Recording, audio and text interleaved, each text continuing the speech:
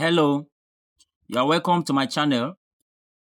I have a question here on circle geometry. It says find angles X, Y, and Z below.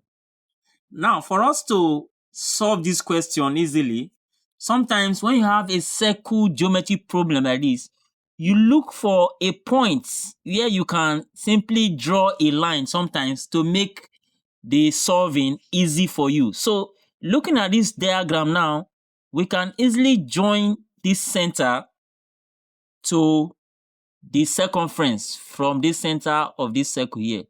So I can simply just draw a line like this,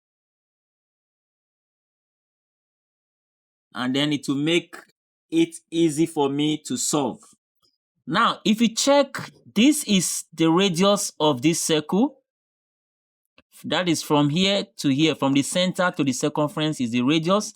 Similarly, from center to circumference is radius. So that means these two lines are equal, which invariably means that this triangle is an isosceles triangle. Isosceles triangle is an angle with two sides equal. So these two sides are equal.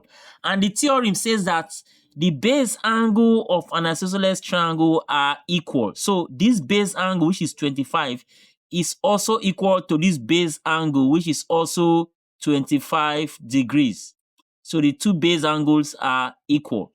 Similarly, this line from this center to the circumference here is also a radius of the circle.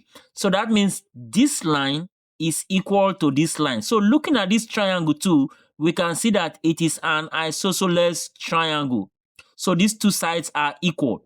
So in an isosceles triangle, as usual, the base angles are equal. So if this base angle is 45, this other base angle here will also be 45 degrees.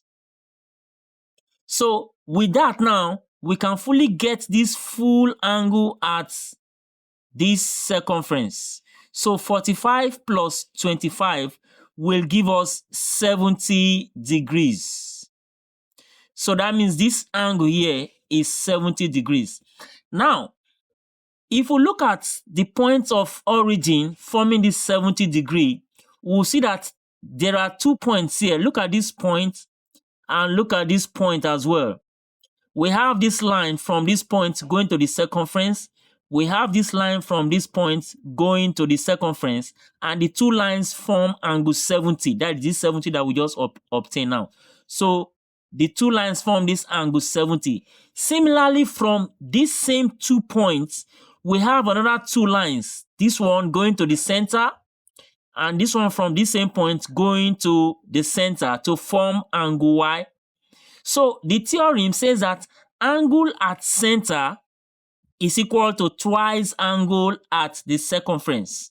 So this angle Y, which is the angle at the center, Y will be equal to twice angle at the circumference. So this angle at the circumference is 70 degrees. That is 2 multiplied by 70. So that will give us angle Y as 140 degrees. Don't forget, the two lines must come from the same point. The first pair goes to the center. The second pair go to the circumference. So the angle at the center is twice that at the circumference. And that's what has given us 140 degrees as the value of angle Y. Now, let's look at the value of angle Z. We can obtain Z as well. Now, if you look at this figure now, this is a cyclic quadrilateral. A cyclic quadrilateral is a quadrilateral, that is a four-sided figure that has all its four edges at the circumference of a circle. The four edges now are at the circumference of a circle. That is the four angles now. So this quadrilateral now has these two angles as opposite angles. So the two opposite angles of a cyclic quadrilateral are supplementary. That means they add up to 180 degrees. So that means angle Z now plus this 70 degree now is equal to 180. That means the opposite angles of a cyclic quadrilateral are supplementary, meaning they add up to 180. So from there, we can get the value of Z as equal to 180 now, 180 minus 70 degrees. When this positive 70 comes to this side, it becomes negative 70. And from there, we have the value of angle Z as 180 minus 70 is 110 degrees.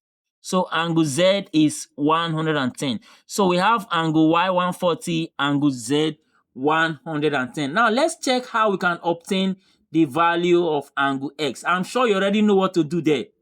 Now, we know Z already as 110, 110, plus we know this as 20 degrees, and this third angle is X. So in this triangle now, the three angles add up to 180. That is, sum of angles in a triangle is 180. So Z, which is 110, plus this 20, plus angle X, all together make 180 degrees. And then from there, 110 plus 20 will give us 130 plus X is equal to 180 degrees. From there now, we can make X the subject of the formula. So X is here, and then is equal to 180, which is on this right already. Then this positive 130, if it crosses to this side, it becomes negative 130. And that will finally give us the answer to angle X as 180 minus 130 is 50 degrees. So we can now conclude finally that X is equal to 50 degrees, Y is equal to 140 degrees, and Z is equal to 110 degrees as the final answers. Hope you enjoyed this video. Please don't forget to like, subscribe, and share this video so that others can learn from it. Thank you for watching, and I'll see you in my next video.